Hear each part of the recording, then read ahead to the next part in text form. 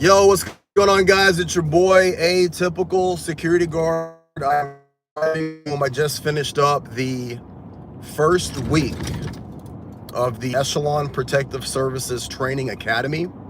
So I recently switched companies, left the place that I've been working for over 4 years, and switched over to Echelon, which will be known as EPS moving forward in this conversation. You guys have seen some of the videos that I've put up with the owner, Alex Stone. You've seen some of the podcasts that he and I have done together, some of the podcasts that he's done. Part of me switching over to this company is to increase their media footprint, utilizing some of the resources that they have and putting that with my outlook and my passion and desire to build the security industry in terms of content and a space for highlighting the lifestyle of security officers. So we're meshing those two things together. But the owners of the company, Alex and Reed, and all of the people that have worked really hard over there for the last four and a half years, they've really tried their best to get across to me way before now that they were creating something that was based off of a different model, and that their desire was to build something that was an industry standard for security. Now, that's something that I've talked about from day one on this channel. We have talked about all of the issues that are problems within the private security industry. I can name some of those off. Number one, we've talked about the lack of training. Number two, we've talked about the type of work that security guards do, working in low risk environments, working in mundane environments, right? We've also talked about the perception of private security across the board, how people view private security officers, and in turn, how private security officers view themselves. I am not going to come on here and say with 100% certainty that EPS has answered all of these issues and problems. But what I will say with 100% certainty is that they are making a goddamn amazing effort to do so. All of us in the security industry, we know how it goes. Most companies, I'm not saying all, but most companies, and I would dare to go out on a limb and say most of the companies that anybody who watches my channel, follows my content, that you guys work for, this is the way that it goes down. You apply for your job, you apply for your position, you're called in for an interview, or maybe you're interviewed over the phone. At some point in time, you're hired, they give you a couple of shirts, tell you what your location is going to be, and then you're off to the races. And then as a decently aware security guard, if you're aware of your surroundings, you're aware of the dangers in terms of the things that you might come up against, you might start reaching out and saying, hey, what do we do in terms of training? Like, what do we do if this is a situation that happens, or what if I come upon this problem? How do I address that? And most private security companies simply say, hey, just observe and report, don't get involved. And in theory, that makes sense, because you're saying, look, it's not your job to deter anything. It's not your job to stop anything. All I want you to do is simply observe and report. But you can have the best intentions of not getting involved. Problems will come to you. I talk about this with people when I'm doing firearms training, when I'm having political discussions with people who are anti-firearm. A lot of this theoretical thought of what you can do or what you can't do, it doesn't matter in the real world, and it doesn't matter in society. And here in Portland, we deal with the lowest common denominator in some of the worst problems. We're dealing with people that are suffering from mental health. We're dealing with people that are suffering from homelessness. We're dealing with people who are suffering from drug addiction. And many times, private security guards are dealing with people who are suffering from all of those things at the exact same time. So the old model of just go to work, wear this shirt, and observe and report, that doesn't cut it. And so what I have found over this past week with this training academy is that this company is requiring all of their officers, all of their guards, to come in and do a 1-week training academy where everything from law to Oregon revised statutes to how to patrol, how to write reports, how to enter reports, how to utilize the litany of apps that this company uses, all the way to emergency wound packing. We took a big, you guys can see the video. The training director brought in a big hunk of beef, stabbed it with a knife a couple of times, and taught the class how to do emergency trauma care on a stab wound. Now, some people would say, that's not important, that's not necessary, you're just a security guard. Well, this training was accompanying 5 videos, 3 of which were stab wounds that happened in the field. These officers were patrolling certain areas of downtown, certain areas of Portland, and we're utilizing the body camera footage from the officers who work for this company, where they're dealing with people who've been stabbed, where they're dealing with people who have died in their arms while they're trying to pack these wounds.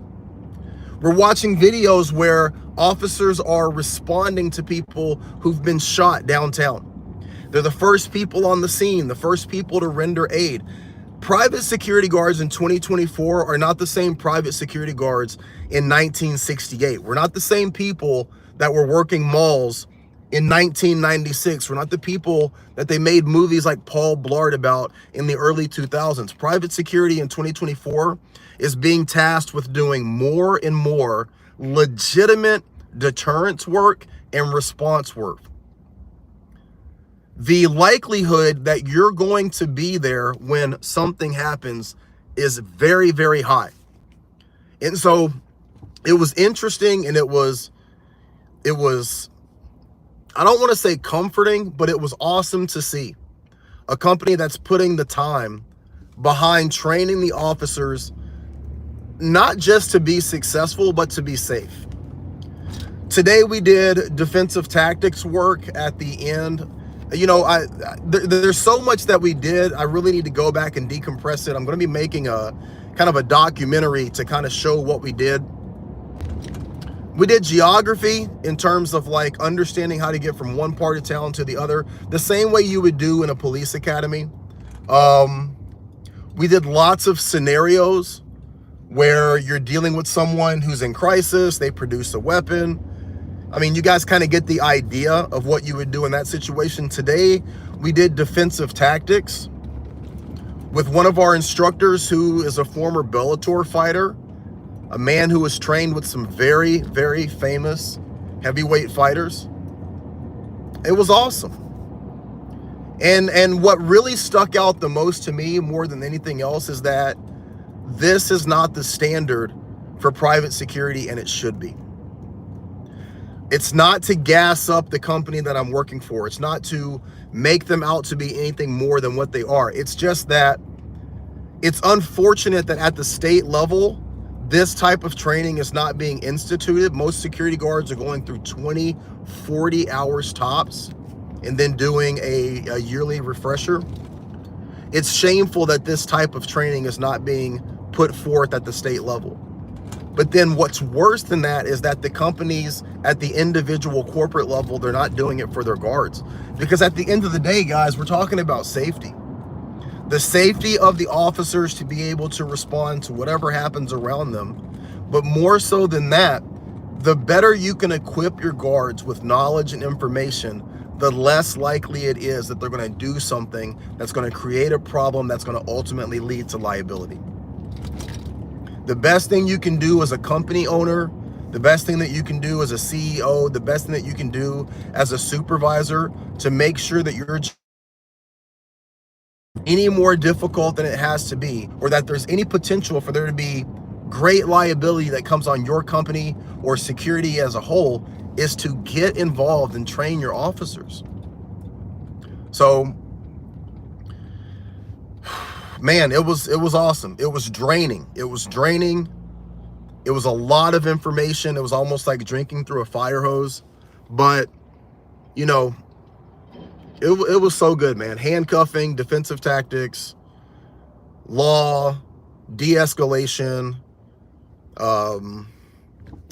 geography of town, ton of stuff. It was good.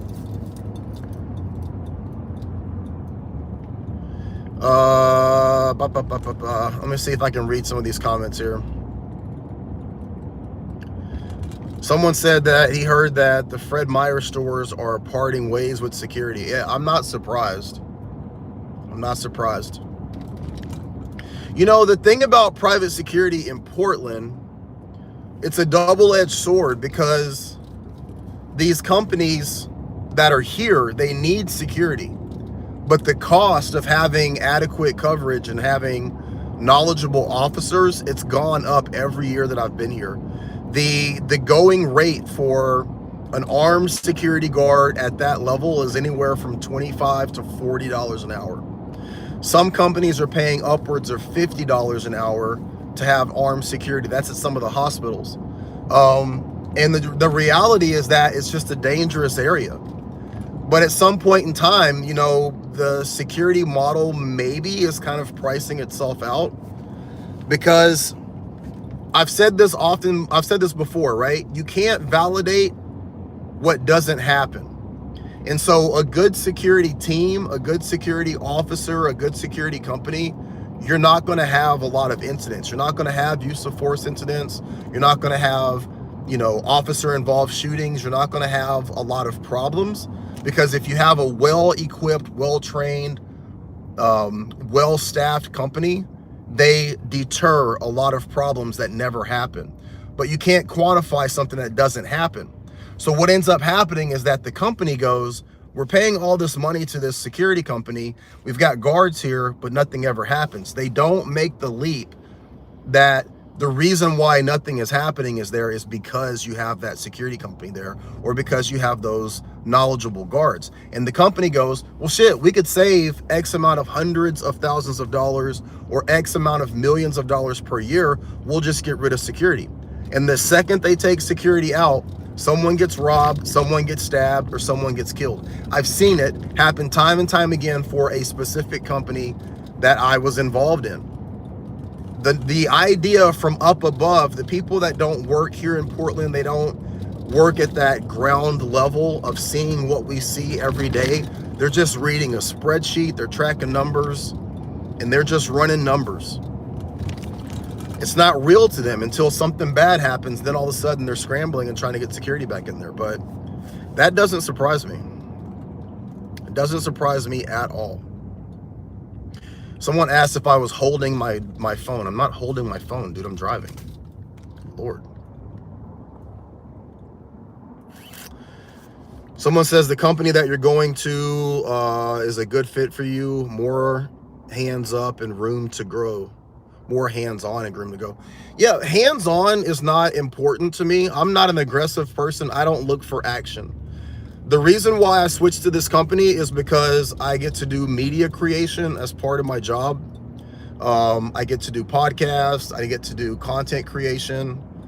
I get to build the content creation platform around security.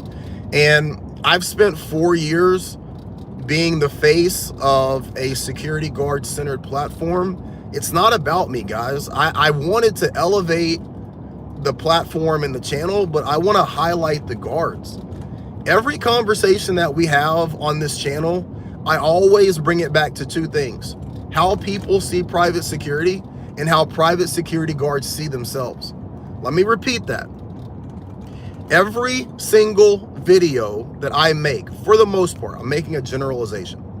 Somebody's going to say, you have 1,200 videos, every video you don't say this. I'm making a very broad generalization. For the most part, everything that I make, everything that I do, I bring it back to 2 points that I see as sticking points in private security. The way that the general public sees private security and the way that individual security guards see themselves. I want that to change. I want people to view private security as a viable career. I'm sorry, they're doing road construction here. Hang on a second.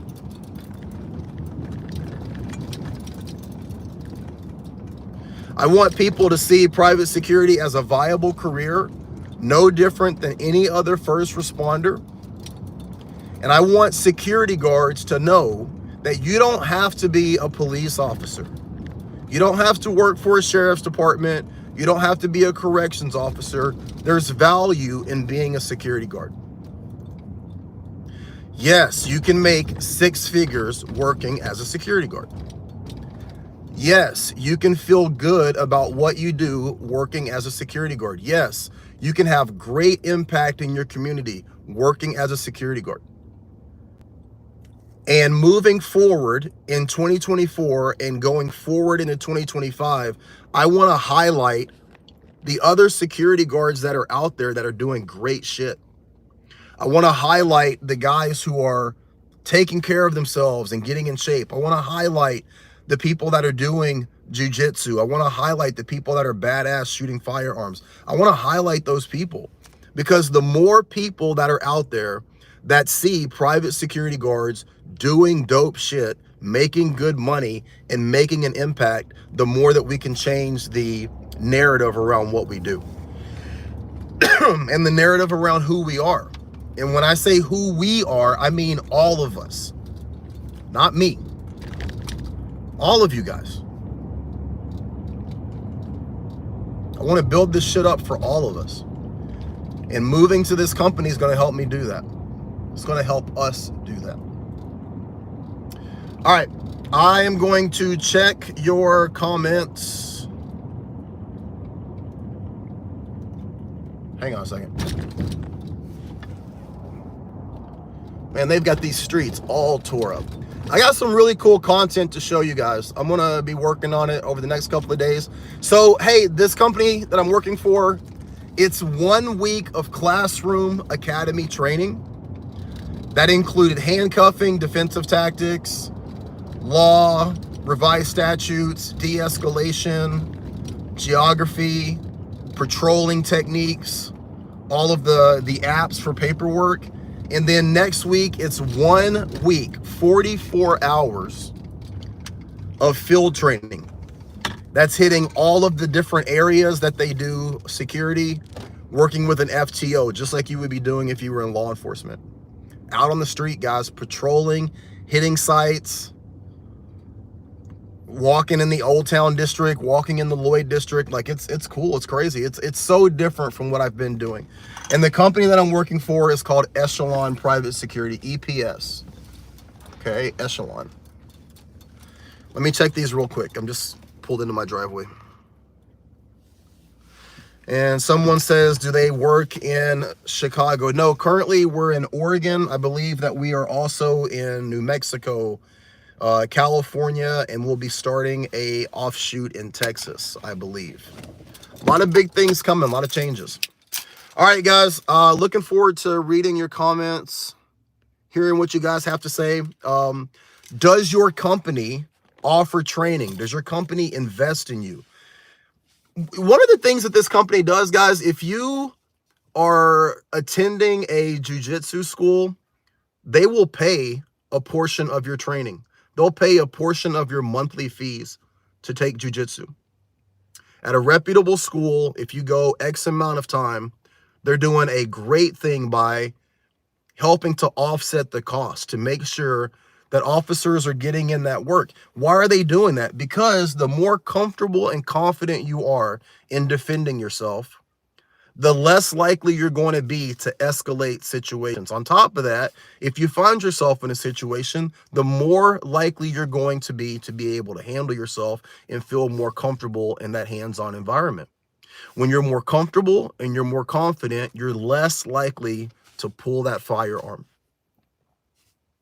That's in the best interest of the company.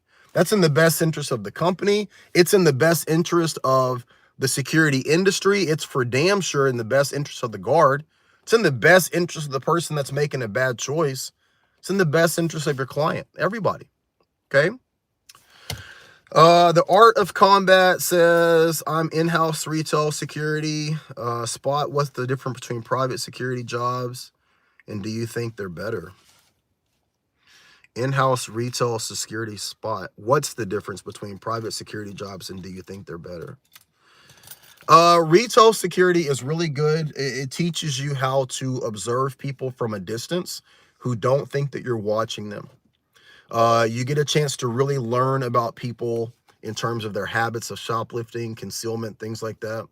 Also, your everyday run-of-the-mill personal interaction with people, I think, is really good because you're dealing with corporate types, you're dealing with managers, you're dealing with low-level or mid-level managers, and then you're dealing with people that are having an immediate problem, someone who's pissed off about the price that they paid or the fact that their return wasn't accepted. So things can go from 0 to 100 really quickly, but they tend to stay in that realm of everyday issues. And most of the time, when you're in retail security, you're dealing with generally normal people. I think that that's important. Doing mobile patrol or working in a downtown area where you're around a more nefarious or dangerous aspect of people, I think that that's a good thing. I think that both aspects of security are important, and if you're serious about this being a career, you should do both. There was a song when I was a kid, when I was graduating high school, and it was like this song where the music was playing and this guy comes on and he like gives you all of these tips of advice. I can't remember the name of the song, but one of the things he said was, live in a small town, but leave before it makes you soft. Live in a large city, but leave before it makes you hard. And that's the only thing that I can remember from this like really popular song when I was graduating, where this guy is just going through the entire song, just giving you this life advice. In private security, you should work in an area where it's a little bit of a softer type of gig, but don't do that so long that it makes you a softer type officer. And conversely, you should work in more dangerous environments, but don't do it so long that it gets inside of you and it makes you a toxic and negative person. You see that with cops and you see that with private security guards. Have a little balance, right? Someone says, bodyguard Chevy, you got to come to Detroit, run some celebrity protection with us. That would be cool to do. Maybe, I'll tell you what, man, maybe I can talk my my new boss into sending me up there and we do some content creation. We film it or some shit. Mobile security, man, go on Indeed, see what's out there. Hey, somebody asked me a question about getting jobs. At the end of the day, every job, whether it's, I had somebody today asking about law enforcement. You can fill out law enforcement job applications and maybe you get lucky and they pick you up. You're guaranteed to get into a position if you really want to be a cop, if you know a cop. If you know a cop that's in that department, if you're related to a cop that's in that department, or if you know a cop who knows other cops, best way to get in, right? And it's no different than anything else. The people that you know and you network with are going to be the best option to get you in to wherever you want to be. Somebody's always doing something out here.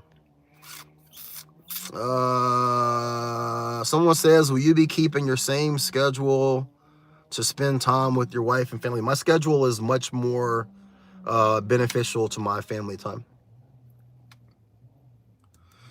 Ew. So someone says, I have a bulletproof vest that was handed to my father. What equipment should I carry on my vest for an unarmed security? Look on my channel and see if I have a video for that. If I don't, there's probably 100,000 videos on what to wear for unarmed security. My best advice to you is ask your supervisor. Oh, yeah. Martin Taylor. The song is Everybody's Free by Bad Lerman. Wear sunscreen. Dude, that's funny. Yeah, wear sunscreen. God, that song came out when I was like a junior in high school. Devin Williams, love those who love you and forgive those who never hold a grudge because love doesn't judge. I like that. All right, guys, it's been a very long week. I only have tomorrow off and then I'm back to work. So I'm going to go to jiu-jitsu tomorrow. I'm going to take my wife out on a date tomorrow. I'm going to take her to dinner tonight and spend time with her. And hey, I want to share this with you guys. Some of you who follow my channel, you know that we had a very traumatic accident in January where our dog out of nowhere attacked my wife, and he hurt my wife really badly. It was a very traumatic event. So not only was it devastating that my wife was hurt, but we had to put my dog down. And for those of you who follow this channel, you know how much that dog meant to me. Copper was like my baby, right? So I have been very sad and depressed, and I've been, dealing with it and trying to come to terms with everything. And I came home on Wednesday and my wife says, "Hey, I got to talk to you." That's never good, right? You get home and your wife says, "I got to talk to you." And she says, "Sit down." And so I sit down and she goes, "So I did something and I want to talk to you about it. I want to hear, what your thoughts are." And she slides the phone over to me, and it's this white, like, husky. And she was like, "This dog needs a home. And I went and saw it, and it's perfect for us. It's perfect for you." And she was like, "You need this and we need this." And I'm like, "Look, I would never in a million years want you to feel like you were obligated to get us another dog.